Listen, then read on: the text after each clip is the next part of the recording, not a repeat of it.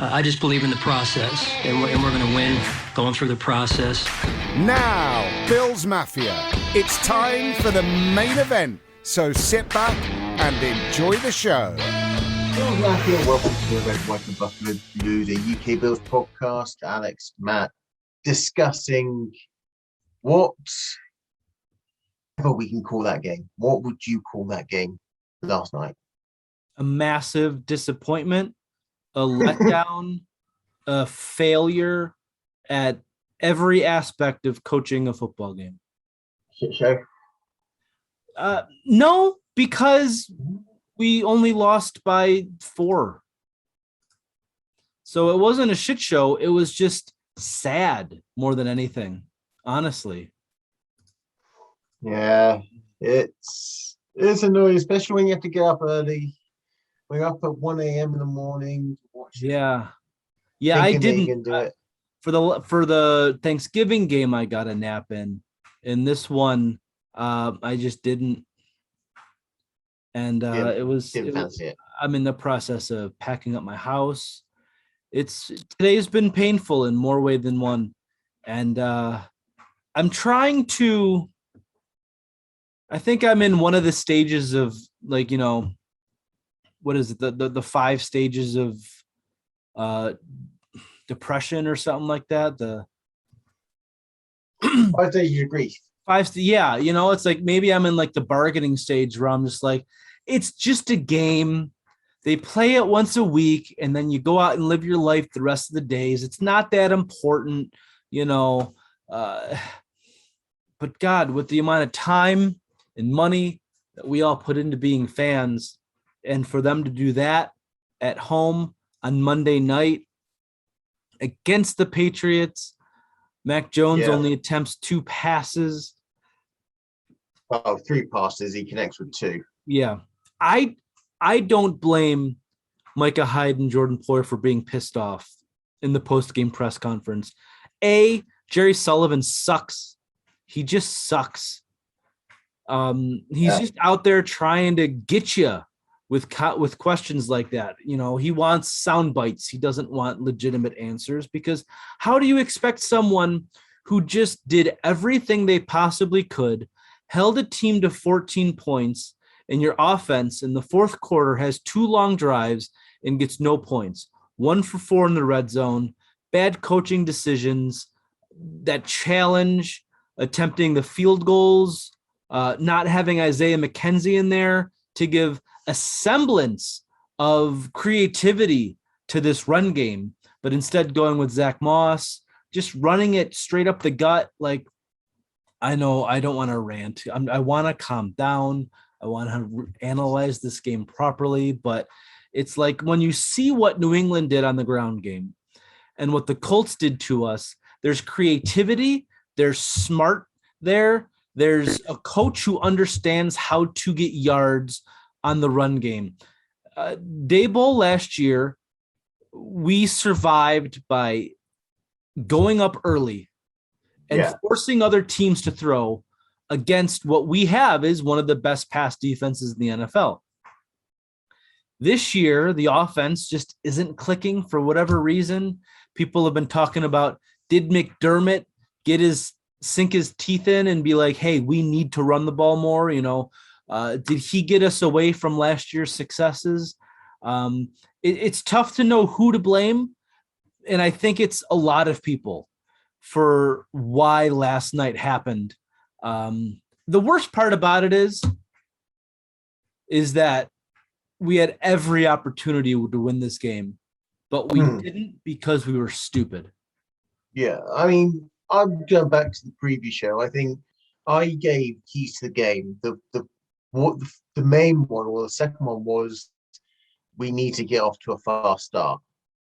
I mean, when you make them go 3 and out in their first series, and then you pretty much do the same, and you've gone 3 and out, then you give them a turnover, and we just start going 8-0 down, struggling again.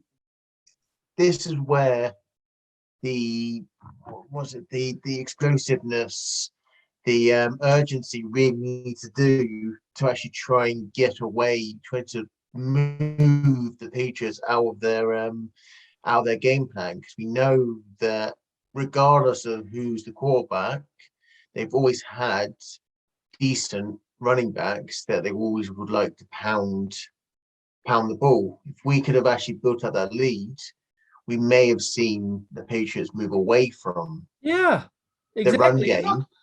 There were many times when we did stop them. We absolutely bent very far and hard, but they didn't break. One bad play because we kept, run blitzing, which I found to be very frustrating because the Patriots, they get their guys to the second level. So it's smart to keep people back there just in case. Yeah. But for the most part, I know they had 217 yards on the ground, but for the most part, it worked because we only allowed them to score one touchdown. Yeah, I think the one thing You that can't blame the run you can't blame the defense on this game. the one thing I'm not going to say is it's a blemish, is something I'm mad at.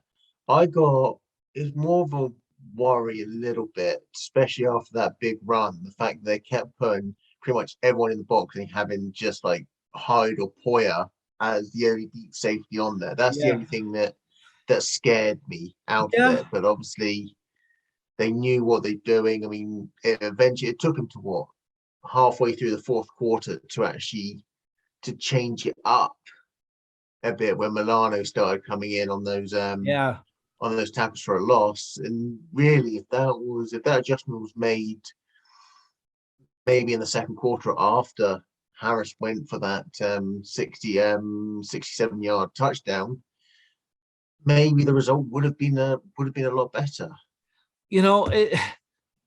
There's nothing the defense could have done differently, honestly. I mean, for the game plan that the Patriots had, our defense did absolutely enough. I mean, like I said, 14 points. My issue comes from the decision-making on the offensive side of the football. And it goes from, play calling to scheming, to choosing personnel, to signing the right players. It goes all the way to the top. It's, like I said earlier, why not McKenzie? Give me some jet sweeps. Show me something different to maybe open up the middle of the field, which is where we only wanted to run.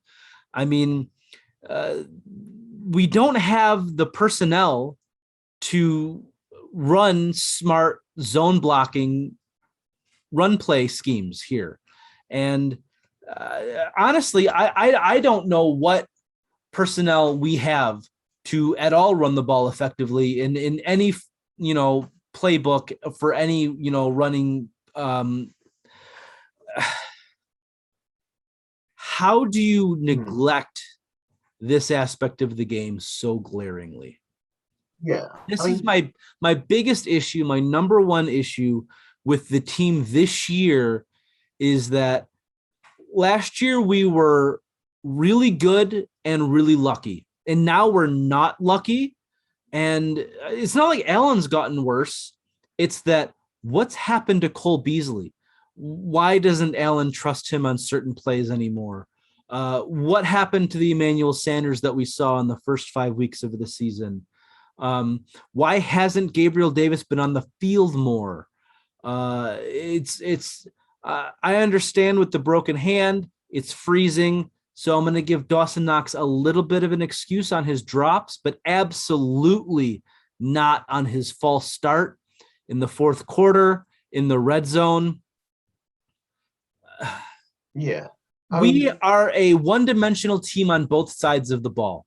We're built to throw and stop the pass.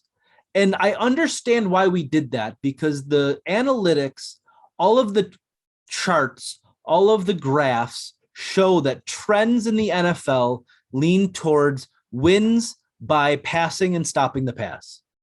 Because other teams, that's what the NFL is. It's a passing league now. So I understand why we built the team that we did, but you need to understand that there are other teams in the league who don't have a Josh Allen, and they're going to build a team around the run game.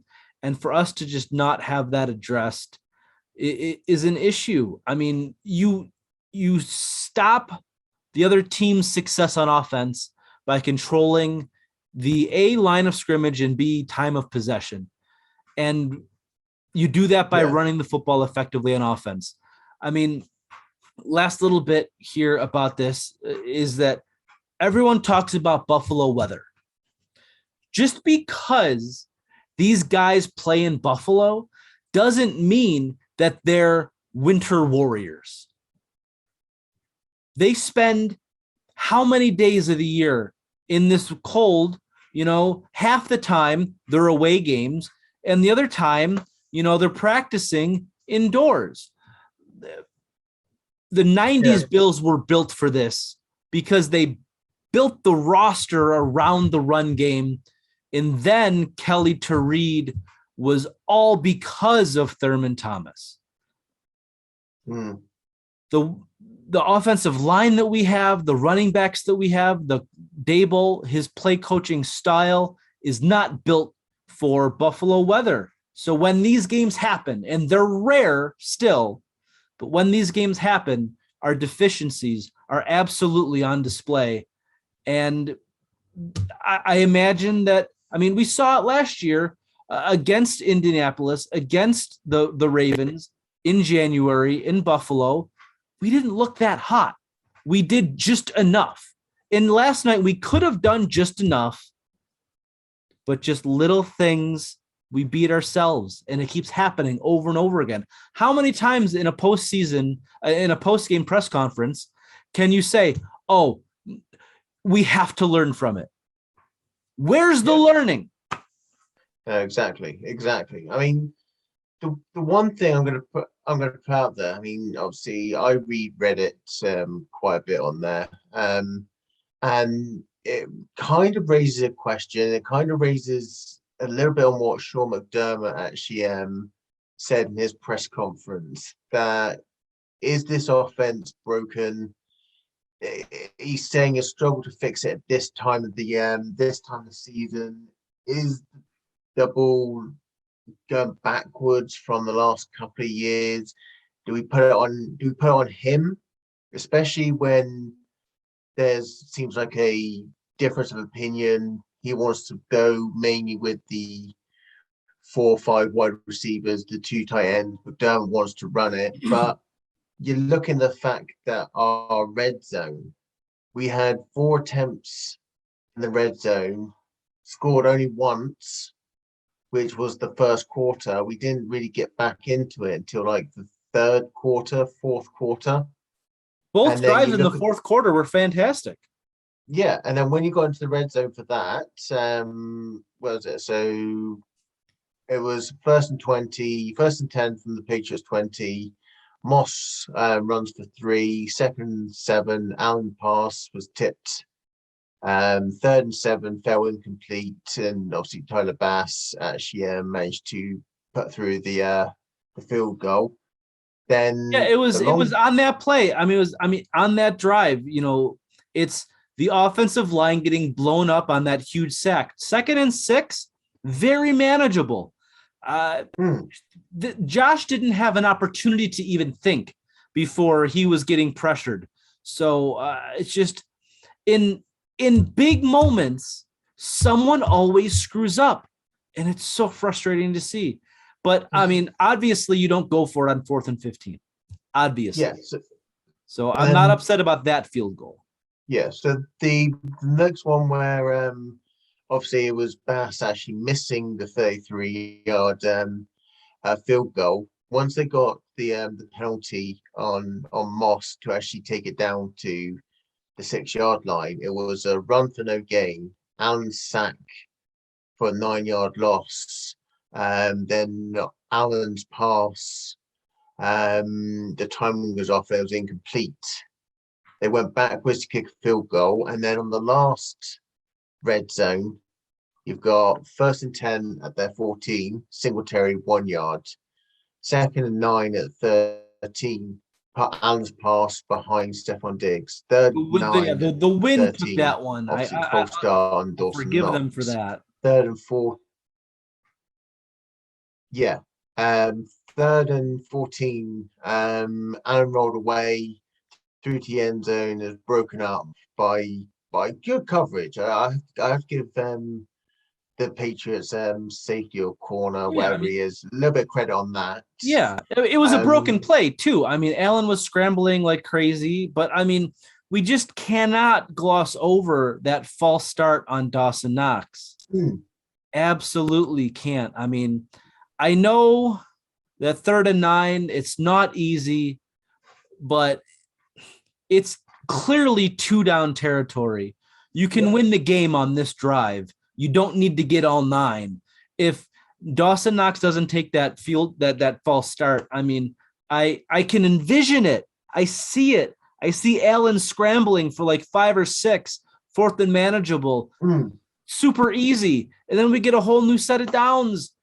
But the penalty it's just One thing does it that the last one, the 4 and 14, when actually the pass to Davis fell way short and all that. You see on the replays there were a couple of open guys. I think it was the same on the third down. There were a couple of I open so guys. Did Was it a case that Allen was just scrambling, had too many Patriots in face, he couldn't really go through his progressions, or was he just trying to play like another hero game and just throwing that ball? Can you? no, I'm not.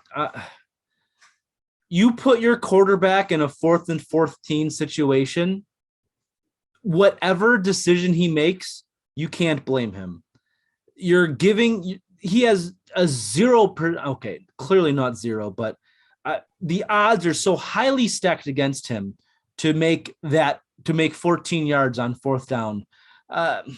Was it an ugly pass? Absolutely. Did I watch the replay? Absolutely not. I went right to sleep in anger. Just So I was looking at it. I mean, there were times where on those two plays themselves that Diggs was actually free. I think Knox was a little bit open. That he even just fed the ball through, especially on the 3rd and 14. You take it down, then you're gonna have 4th down and manageable to get it. But I'm just I just go back to the fact that the way that we can't run this defense, this offense, we can't run the ball. Our O-line seems to implode when it wants to and not actually be strong enough. I mean, go back to 2018. We had a decent running game in there when we did what Patriots were pretty much doing, which was the pin and plug type run. We did that in 2018 and had good success from it. Somehow we've just seemed to go away from it and go more power. yeah, Now, no, it's really uninspired. There's so nothing that they've shown in the run game on a consistency basis. We've seen good runs here or there. You know, Singletary had a good run. Breida's had some in the past. Moss hasn't all year, I think. And if he has, it was in the first 3 or 4 weeks. But like honestly, I shake my damn head when I see Moss in the game. I understand the weather. Here's the philosophy question. It's that in pregame warmups, obviously Allen's out there testing it. What does he relay to Daboll and McDermott? I mean, obviously as a player, you know, I mean, there's no comparison, but when I've played sports, I don't say I can't do anything, right? You know, do you ever tell your coaches you can't do something? no. Yeah, players always say I can do it. If McDermott took the ball out of Allen's hands and said, "Hey, Daboll, we need to run the ball this game," if that's what they were saying when the weather reports came in a few days ago, you know what? I really want to question what McDermott is doing to this team. With all the talk about why McKenzie was sat down, he says, "I need someone back there I can trust." Holy shit. You don't say that to about one of your players. Yeah. I mean, what did Micah Hyde? Did he fair catch maybe one or two? I mean, When he Breida could. fumbles. He's got him and Singletary have worse mitts than McKenzie does, and McKenzie adds more to this offense than those guys do. It's just, I think that McDermott is really struggling with all of the pressure around what we were supposed to be this year, and he's second guessing himself. He's doubting. He's changing things probably at the last minute. You know, you do it in fantasy where all week you got one guy in your lineup, then on Sunday you change him, then you change it back, then you change it again, and that's the guy who gets 5 points while the guy on your bench gets 20. I really imagine, and I'm not going to say he is, but I imagine this is what McDermott's doing. I think he's losing his mind. I think if he had hair, he would have been losing it all year, all season. So we putting this on McDermott want to change our identity, or we putting it on Dable, who actually obviously been in charge of actually making this identity, but can't call the right plays. Because I say the people going on online blowing this out of proportion, saying that they need to fire Dable, that McDermott, even Leslie Frazier should be on the hot seat as well as Dable for this season. And are we overreacting on that? There is an overreaction to some of it. The fire Leslie Frazier is a bad idea. In the Colts blowout loss, the offense continually let down the defense. They couldn't sustain drives. They couldn't score points to make Indianapolis more balanced. We were shorthanded with Starr and Trey. We didn't have the right personnel to stop the run. And Jonathan Taylor's just one hell of a running back. In here, again, I understand there's 200 yards against your defense on the ground, but we stopped them when it mattered. We gave our offense every opportunity, and the offense let us down. And to your question, is it McDermott or is it Dable? I wish I could find out. Maybe we need to get Perino on here or Joe Biscaglia again and ask him that question. Like, who's responsible for manipulating what this offense has done well? Is it coaching, or are players just not stepping up? Because as I said before, I don't blame Diggs for that drop because the wind clearly moved it. But Knox, Beasley, Sanders, Breida, Singletary, Moss, all let the team down on Monday night. So it means this offseason is going to be a fun offseason, and I know you don't like talking about it, but it's time. It's time. I truly believe it's time. Let me ask you, before, where's your confidence level at? Are we going to make the playoffs? I think what was I previously? Something like that. I didn't hear any of that. I think I was like 90%. I think I was. Where are you now? No, previously. Okay, yeah. I think that's what I was trying to think. I'm trying to think back and remember. I'm thinking now you got to pass ourselves at like 60%, 70%. I believe, and statistically, it's at 83. But where is your confidence level at in this team being able to, Tampa Bay and New England are our two hardest games coming up. Then it's Carolina, the Jets, and the Falcons. So there's, I want to say, 3 guaranteed wins in there, but you want to beat one of Tampa Bay and New England, right? So do we make the playoffs? A, and B, what even happens if we make it in? I know it's just get in, anything can happen, but if we get in, and let's say we get the second last or last seed, that's either a beat up Tennessee or a Kansas City, can we even win one playoff game, which would be on the road?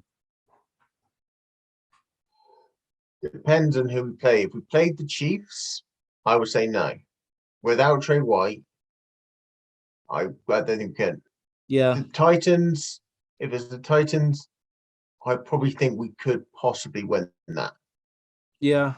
I'm pretty sure the Colts end up winning that division anyway, and the Titans might be right next to us in the wild card, honestly. So, if we play the Colts in the playoffs, there goes that. Yeah.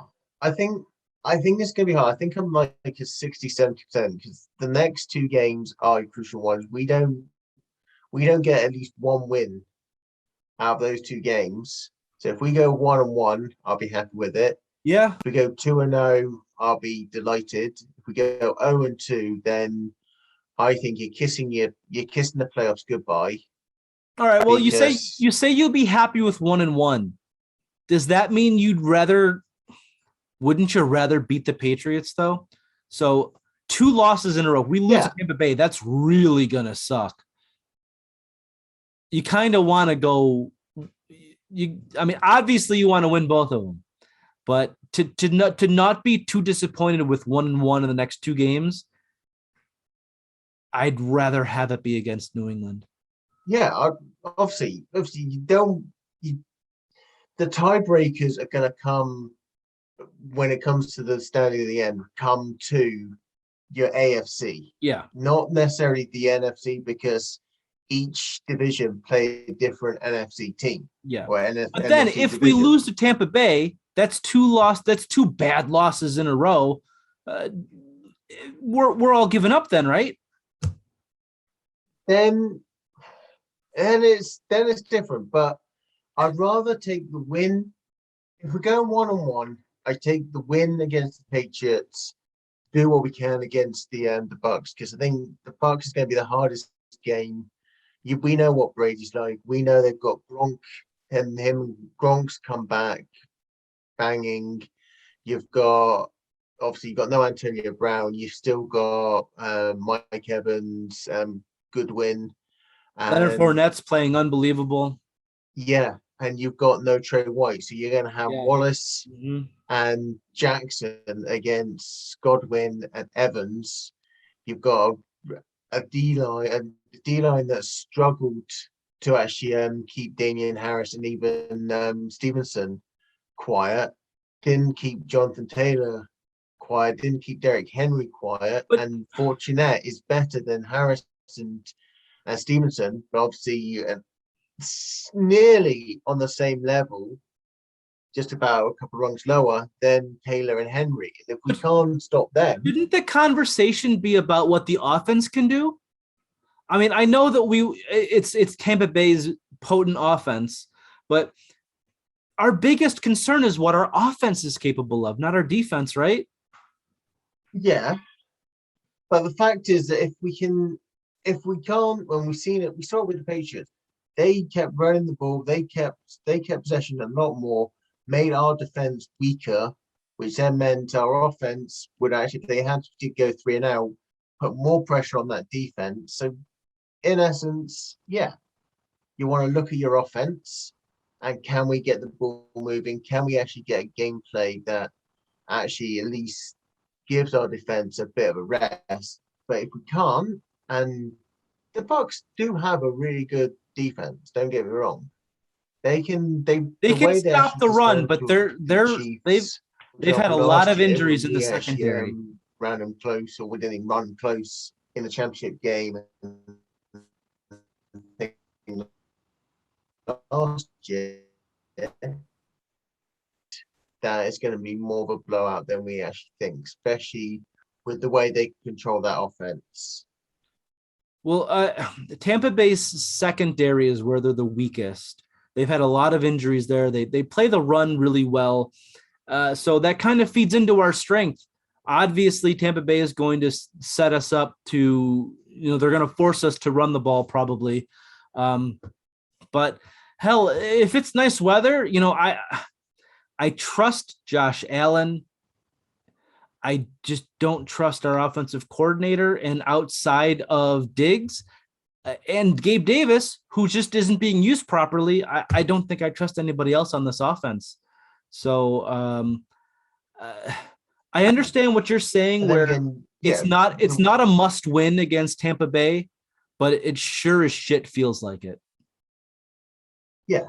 I mean, the one thing we got to worry about, yes, their weakness is the secondary, but that D line of even the front seven of the Bucks more or less makes up for it. And the more pressure they can get on this O line, and we've seen how it's not worked a couple of times. We've been overwhelmed, especially the down the middle. And you got what is it, Devin White, Levante David.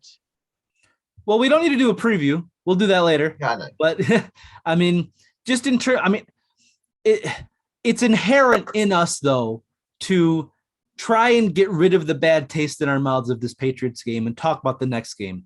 But let's save that for later in the week. So right now, obviously, we're not feeling great, but like you said, it's absolutely time to start talking about what we can do in the off season. And I hate to answer. I'd hate to say that. I hate to agree to that. Yeah. Because it defeats where I've been all year, which is trust them. Everything will be fine. And very clearly, not everything is fine. Yeah. I think it's something that, I mean, in a couple of weeks, I think in a couple of weeks, if it does go down very badly, then I think it is a case of looking at what we can do next year. And I mean, before we disappear, I want to go through some of the comments and the opinions some of the followers actually gave us. I mean, just go back on the media reaction when I posted up after the game. We had Chad Southam on Twitter saying, "We can only hope the Pats slip up as well as beating them on their turf in better conditions. They've got a tough schedule compared to us. We've only got the Bucks and the Patriots. The others are really easy at the moment. But it's almost like it's been taken out of our own hands. Our run game is shocking. That we should start abandoning the run and actually go into passing and carry on with the passing."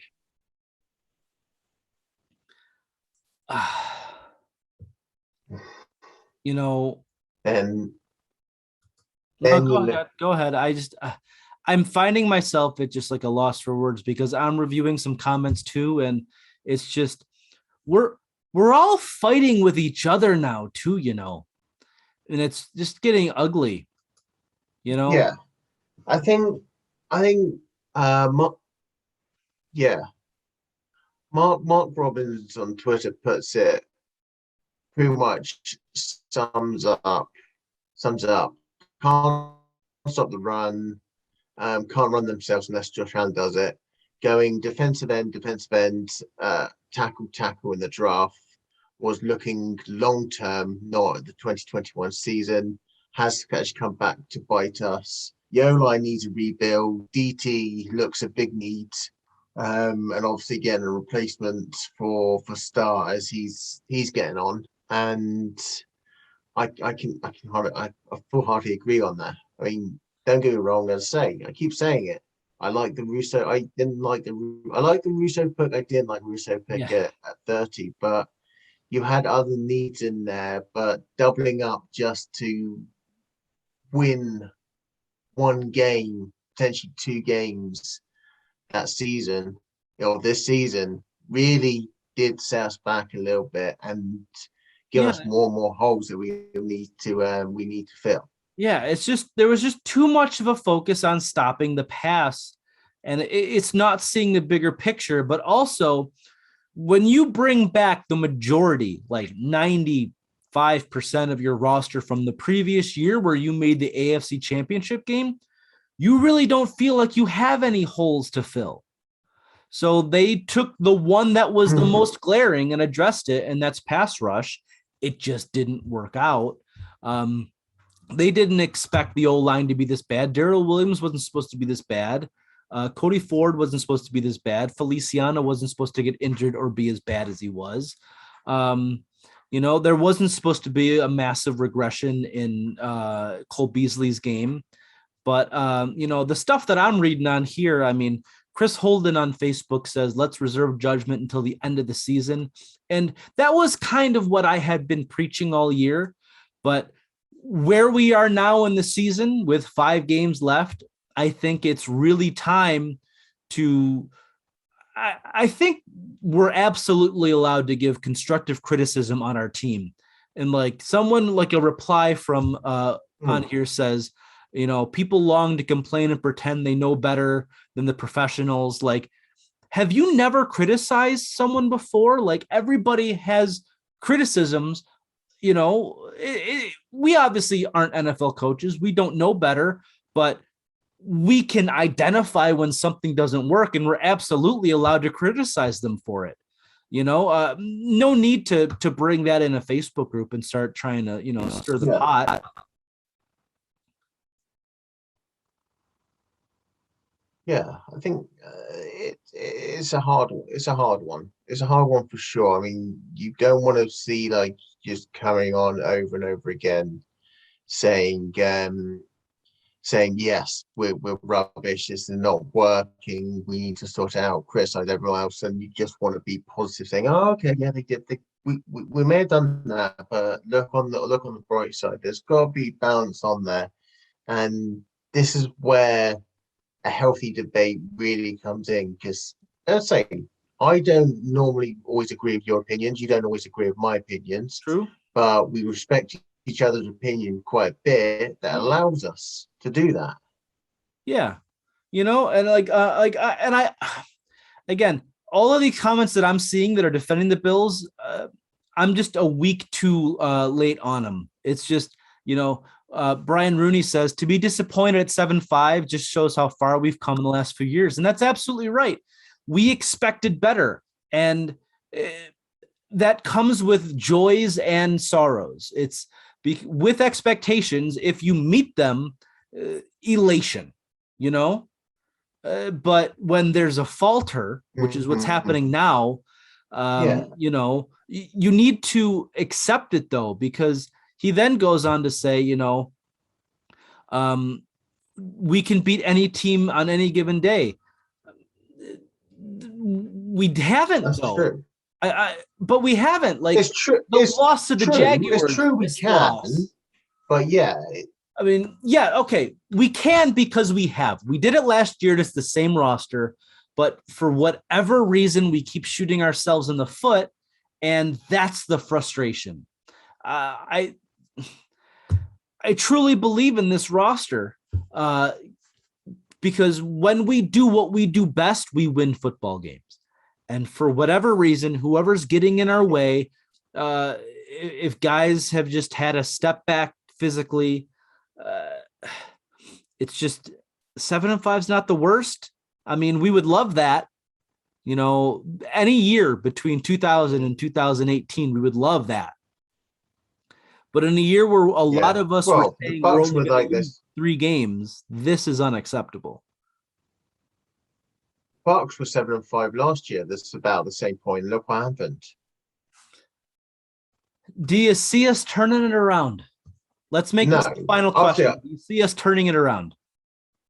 Not as well as the Bucks did last year. I think there is still too many. I wouldn't say glaring holes. There's too many. Because remember, they had extra days to game plan for this matchup. And 1 for 4 in the red zone with extra days of game planning, not acceptable. So I think the last, let's say it is a case we're going into almost like previewing the offseason, what needs to be happening. I think if it comes to that in the next couple of weeks, then Yeah, if that there's two more there is definitely a then we're doing an off-season show yeah. before the season even ends. Yeah. Yeah. Yeah. And we won't have a meetup for a playoff game to say goodbye to you, Yeah. to link one up. Yeah. No. But I no, I very much would love one more get together on happier terms. yeah. So, is there anything else you want to add before we wrap this up? No, I imagine this has been close to an hour now, and I need to go shake this off. I was I was I was finally calmed down, and then we decided to do this. So I need to go and calm back down again. So, on that note, we'll say keep following us, liking us, subscribe, share, hit the follow button, hit anything you can to follow us on Twitter at RWBB_podcast, at UK_Bills, Buffalo Bills UK on Facebook and YouTube, at UK_Bills on Instagram. Keep helping us build this the fan base. We'll be back for the next episode when we preview the Bucks game. And for Alex, this is Matt saying good morning, good afternoon, good evening. Thank you for listening. Enjoy, and let's go Buffalo Bills. Go Bills.